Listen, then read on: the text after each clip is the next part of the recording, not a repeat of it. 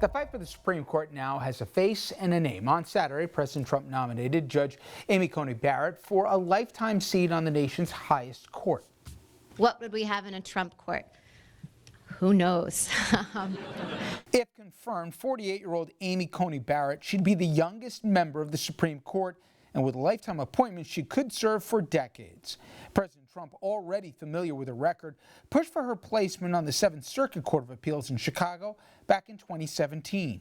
At her confirmation, the staunch conservative was questioned by Democrats about her personal views on Roe v. Wade. It's never appropriate for a judge to impose that judge's personal convictions, whether they derive from faith or anywhere else, on the law.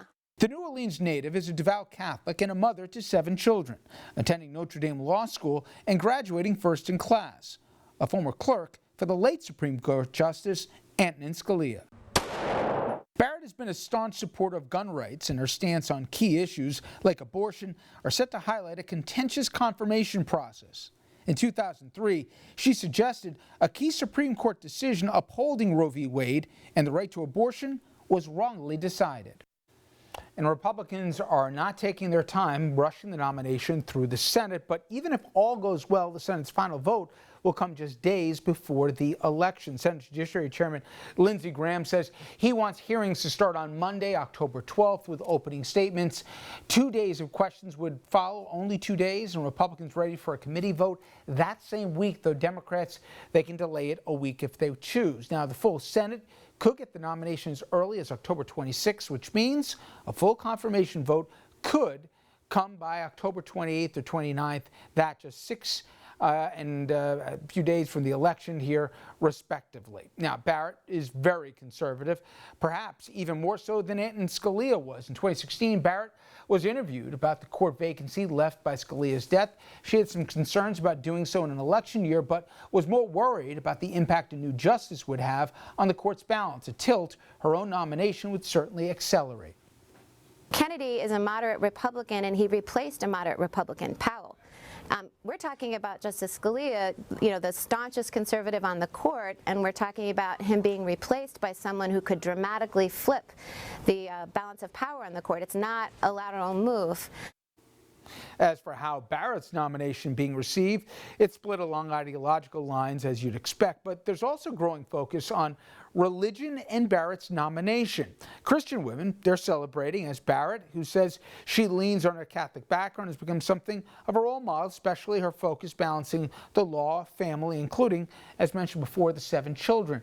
But she's also facing not quite criticism, but serious questions about her devotion to a controversial authoritarian Christian group called People of Praise that former members have likened to a cult. Now, Barrett, she served in leadership positions in several entities connected to the group, and I should tell you, among the group's beliefs that only people identified as, quote, family heads can make major life decisions, and that for married women like Barrett, that family head is by definition her husband. Single women can live in a commune where every woman gives money to the group, and a head of sisterhood makes all decisions impacting that commune. Homosexuality, sex outside of marriage, not allowed. Teenagers are barred from having exclusive relationships, in part because friendships outside the People of Praise are considered dangerous to the group. Barrett, if confirmed, seems certain to permanently alter the direction and decisions of the court, locking in a conservative advantage for possibly decades to come. Her vote could impact almost everything. Also, she seems eager to invalidate Obamacare, complaining in 2012 that the law forces companies to pay for abortion-inducing drugs, contraception, sterilization, calling that a grave violation. Barrett seems likely to vote to make abortion illegal. She's called the procedure always immoral and ruled in 2 abortion cases from the bench, supporting more restrictions in both rulings. Barrett's strong support of gun rights, and that's bad news for gun control efforts, good news for people who want more people to have more guns. Her faith, a factor in her opposition when it comes to gay rights, a position that is also grounded in religious freedom cases like the Hobby Lobby contraception case. Barrett, she supports a massive expansion of religious freedom exemptions as well. Those positions may be one reason why the public not on the same page to rush through her nomination to put her on the bench, certainly not as much as the president. We had 2 polls that came out this weekend, and nearly 6 in 10 Americans say the winner of the election not be the one to pick the court's next nominee. Numbers that say Trump should make the pick are actually lower than Trump's poll numbers, even against Biden, for what that's worth. And for more, let's bring in our guest, Amy Howe. Amy is a Supreme Court reporter. She contributes to SCOTUS blog, one of the best resources for the High Court. She's our go-to person on this. And I want to first start with the court itself, more so than Ms. Barrett, and that is, I know you have great affection for the High Court, and we know how the people rightfully look at the partisanship in Congress and certainly the politics out of the White House. But they look at the branch of the Supreme Court, at least, and say, okay, this, yes, it's political, but it's not hyper-partisan. Is a part of you worried that if we get to a 6-3 and undo so much established cases, that people are going to look at it as just another political arm of government? It's a great question, and it was interesting that this summer the Supreme Court actually had its highest approval ratings in years after a term in which they'd had sort of decisions that had a little bit of something for everyone. They had liberal decisions, arguably liberal results, some conservative decisions. And, I do think that with a solidly 6-3 conservative majority, it will be harder, to escape sort of the idea when the Supreme Court issues decisions that shift to the right, which seems like it's inevitable, to escape sort of a more partisan lens. I do think that there will be maybe a core group of justices, maybe four justices on the court. And I think this was probably what was going on with the Chief Justice in some of the decisions over the past couple of years, like the Affordable Care Act, like the census, like DACA, where he's approaching the court not just as a conservative, but also as an institutionalist. One of the first tests, I don't think you have to be Kreskin here, Amy, to say the election itself. And I'm going by just what the president's saying, not divining intent. He wanted that ninth justice because he said, we've got an election coming up. We need that ninth justice for the election, ascribing in effect that if he doesn't win at the ballot box, he can turn to the High Court and maybe get a different result. Now, I'm not ascribing any motives, but wouldn't it be in a lot of self-interest, maybe? We had 8 justices in the last presidential election when we couldn't seat or even give a hearing to Merrick Garland. Couldn't she recuse herself? Is there any way that could be, maybe Justice Roberts can't do it, but could somebody say just for appearances alone, let's not rush this thing through? Yeah, the standard for recusal at the Supreme Court is very high because it's not like the Court of Appeals where another judge can come in and take the place. If she were to recuse, then we would be back with 8 justices, and it's largely left up to the individual justice. It's not something that a decision that the Chief Justice can make.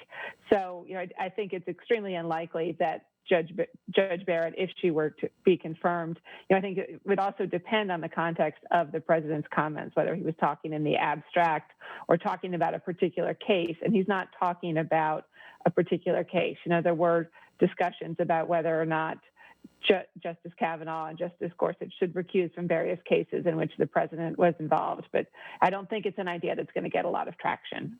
We played a soundbite from Amy Coney Barrett when she was talking about after the passing of Scalia, and she had made the point about the importance that the replacing justice, share at least either be a moderate or conservative or progressive. Obviously, she couldn't be more diametrically opposed to Ginsburg's worldview, but particularly in the area of economy or equality, or even on feminist rights. And I think of Roe obviously at the top of the list. God, would the optics be bad if Roe were to be overturned by a replacement to Justice Ginsburg. I guess it depends on one's perspective, but talk about a major potential reversal, but yet that's almost would be a surprise if it didn't happen, or at least, if not in the main, certainly on the margins. I think that's right. I think the real question, the president had said he wants to appoint justices who are going to vote to overturn Roe versus Wade. I think the real question is whether or not the Supreme Court is going to say Roe versus Wade is overruled, or whether they do something that's a little more nuanced, whether they, leave Roe versus Wade as a ruling intact, but in essence, sort of chip away at it by approving various state laws that restrict abortions. And so, what if just to remind your viewers, what would happen if Roe versus Wade were overruled? It wouldn't be that no one in the United States could get an abortion. It would go back to the state. And then, of course, we get to Affordable Care Act and some other hugely consequential cases. Amy, while I have you, I've had a lot of lawmakers, both current and former, and other folks that have surprised me, including longtime jurists that said that maybe the time has come for expanding the court or packing the court, depending on how one wants to frame it, or to create more statehoods here and changing the numbers, or maybe having basically term limits for justices. 18 years was thrown out by one. Does that make you uncomfortable when the conversations about changing how we know the court happen because of at least perceived, if not real, political opportunism and how things are rushed or whatever it is based off of elections? It is fascinating because until very recently, and I'm not going to call it court packing because I get in trouble when I say that on television, the conversations about expanding the court were really sort of taboo, and now they've really come out in the open. It is something as someone who follows the court, it would be such a major shift. And I guess my reaction to it is that, much of the confirmation process has already become so politicized that, it would be nice for the court to try to take the politics out of the court rather than injecting more politics into it. I don't know if we can unwind that clock here, but I hear you, Amy. Yeah, it keeps saying it's different than I've ever recognized, and it keeps getting different by the day. Amy Howe, thank you for the time. I appreciate it. Thanks for having me on. All right, everyone, when we come back, election mischief in the name of one Donald J. Trump. Can he get the post office to slow down even more? Will armed supporters put themselves between you and your polling place? Can we do anything to put trust back into the election? We're going to get into all that next.